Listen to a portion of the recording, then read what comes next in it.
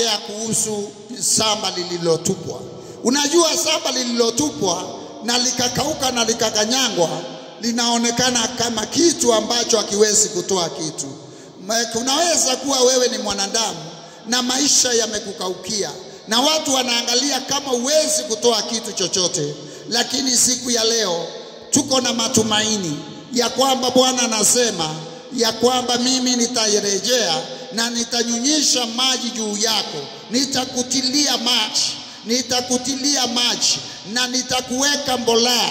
Watu waliopitia barabarani wakiongea maneno yako watapitia wakiongea maneno yako mabaya, watapitia mahali hapo wakiongea maneno yako mazuri. Praise the Lord. Bwana asifiwe sana.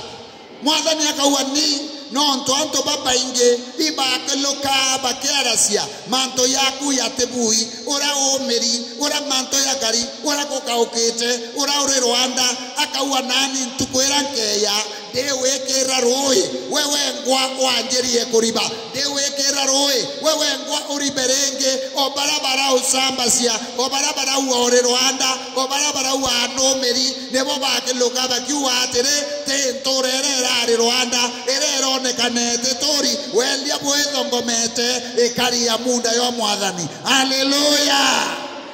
Bwana asifiwe sana. Amen. Wale wote waliongea kuhusu wewe ndio Mungu atatumia kuongea mambo mazuri kuhusu wewe. Waliongea mabaya kuhusu wewe ndio Mungu atatumia waongee mazuri wakati utabarikiwa. Praise the Lord. Bwana asifiwe. Kwa maana wanajua kuongea. Hao ndio Bwana atatumia ili kuendeleza injili, ili kupeleka mambo mazuri kule mjini, wakisema hakika huyu amebarikiwa. Praise the Lord.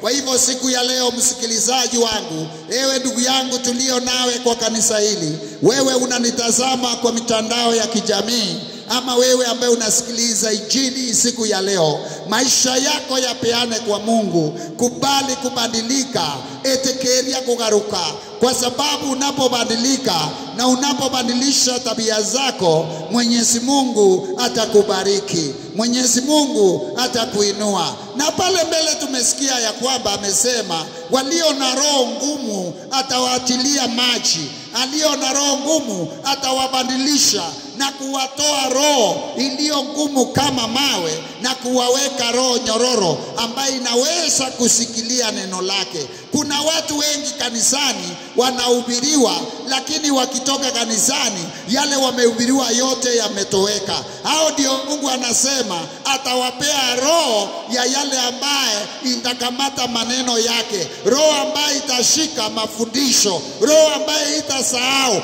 kichwa ambaye na mawazo mazuri ambaye hayatatoka pale nje na kusahau yale walikuwa wanahubiriwa. Bwana Yesu asifiwe.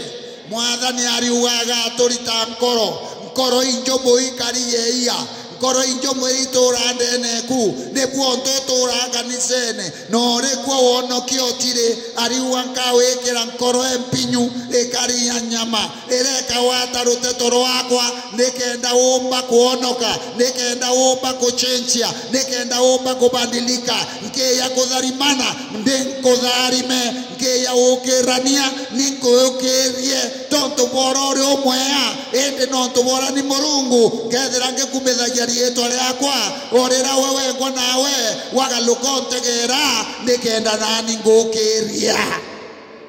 Praise the Lord. Praise the Lord.